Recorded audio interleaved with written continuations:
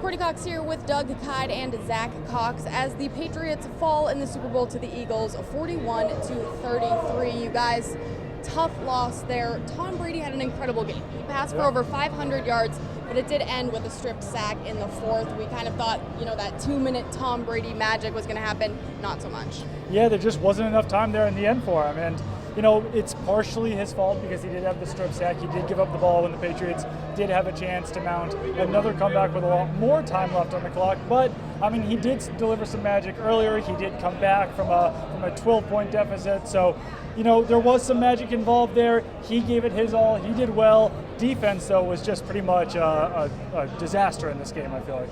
Well, we got to talk about defense. Obviously, a big piece of the puzzle missing, and it's kind of a weird situation. Malcolm Butler was not on the field. He was on the sideline, visibly upset.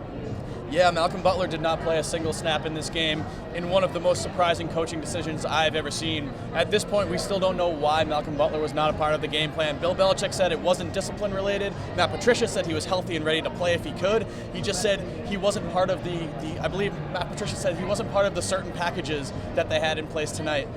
It doesn't make any sense. Honestly, I don't understand it. I don't think I'm going to hear an explanation that will make me understand it, because if they weren't going to use Malcolm Butler, don't make him active, free up that roster spot, either for someone like Kenny Britt or David Harris, or even one of the defensive backs that they've had on the practice squad all season. It doesn't make any sense, and with the fact that with how poorly this defense played tonight, it's a puzzler. Well, Devin McCourty... I was asking Eric Rowe about this quite a bit, trying to get the timeline of events down, basically, and he said that Rowe said he was practicing with the ones, opposite Stephon Gilmore, all week in practice, but he didn't know for sure that he was going to be starting over Butler until kickoff. So it doesn't sound like it was a really last-minute decision if Rowe was playing with those ones throughout practice. I was told after the game that it was a coach's decision. That's all that anyone's saying at this point, and that's all we really know. We should know, too, that Malcolm Butler was limited in practice with an injury earlier this week. He did miss the early part of Super Bowl week, so who knows if that situation somehow played into this situation, but it's Patriots fans are going to be asking by Friday also, Yes, true. It's a strange situation. Patriots fans are going to be asking questions, and they should be. It doesn't make any sense to me right now. Well, and Devin McCourty was fielding a lot of questions from media after the game. Here's what he had to say about the coaching decision. Having Malcolm out there would have helped you guys? It doesn't matter. It didn't happen, so no point even talking about that. Do you know why he didn't play? We all just get ready to go as players. We don't try to make coaching decisions, and coaches are trying to put up.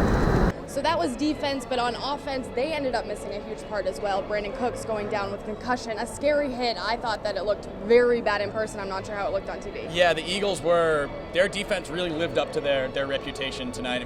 Their defensive line didn't really get to Tom Brady all that much, except for in the most important juncture of the game, but they were flying around. Their secondary was just hitting the crap out of these Patriots receivers, especially on this play. Malcolm Jenkins just smoked Brandon Cooks, hit him right in the side of the head. Cooks' head hit the ground again when he came down. It was pretty clear right away that he would be done for the day. But that's what makes this game all the more puzzling, is that the Patriots lost their number one wide receiver and still were able to put up 500 passing yards in this game. I saw a tweet from ESPN's Bill Barnwell that the Patriots are the first team in NFL history to tally more than 600 yards and lose. That just tells you how big of a disaster the defense was tonight. Yeah, and I think that the offense actually, played better after Brandon Cooks left the game. I'm not saying that they played better because Brandon Cooks left the game, but you can't blame this loss on Brandon Cooks' injury, on that concussion. I think this goes way more on the defense. And I wrote after the game that, Malcolm Butler, there's easy questions about why they lost this game related to the Malcolm Butler benching, and some people said, oh, that's not why they lost the game. I'm going to put it right there. They lost the game because Malcolm Butler was not playing. I agree. Eric Rowe was fine, but he let up a touchdown. I think that if Stephon Gilmore's covering Alshon Jeffrey instead of Eric Rowe on that play, then that's probably not a touchdown. And the tackling in this game was not up to snuff either, and Malcolm Butler is a very good tackling cornerback, so the entire defense just was not rolling with Butler on the field. Yeah, another thing you have to look at with the Malcolm Butler situation, taking him out, that just pushes everybody up on the depth chart. We saw way too much Jordan Richards in this game. He did not have a very good game, especially in the first half. The Eagles were really able to pick on him with Zach Ertz on these third downs. And yeah, if you give up 41 points, it almost comes full circle for the Patriots this season. They gave up 42 points in the opener, and we thought that was the worst their defense could play all season. Turns out they proved us wrong in the Super Bowl. Final question. Rob Gronkowski said something after the game as well.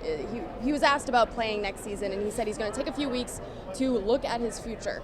Should Patriots fans be worried about that, or is this kind of like a just something he said. I mean, it seems like they should, because Mike Florio tweeted before the game or during the game that, it's possible that Gronkowski announces his retirement after the game. He didn't do that, but just the fact that he's questioning it, he's only 29 years old, but that concussion, I think it's kind of scary for a tight end to be coming off another concussion. He's probably thinking about his future, thinking about what he's going to do after football. But there's a lot of questions surrounding this team right now, because offensive coordinator Josh McDaniels wouldn't address his future either. Everyone assumed that he was going to the Colts, but after the game, he would not answer questions about whether he was staying here or going to the Colts. So, I mean, he could be back next season too. Yeah, Matt Patricia was the same way.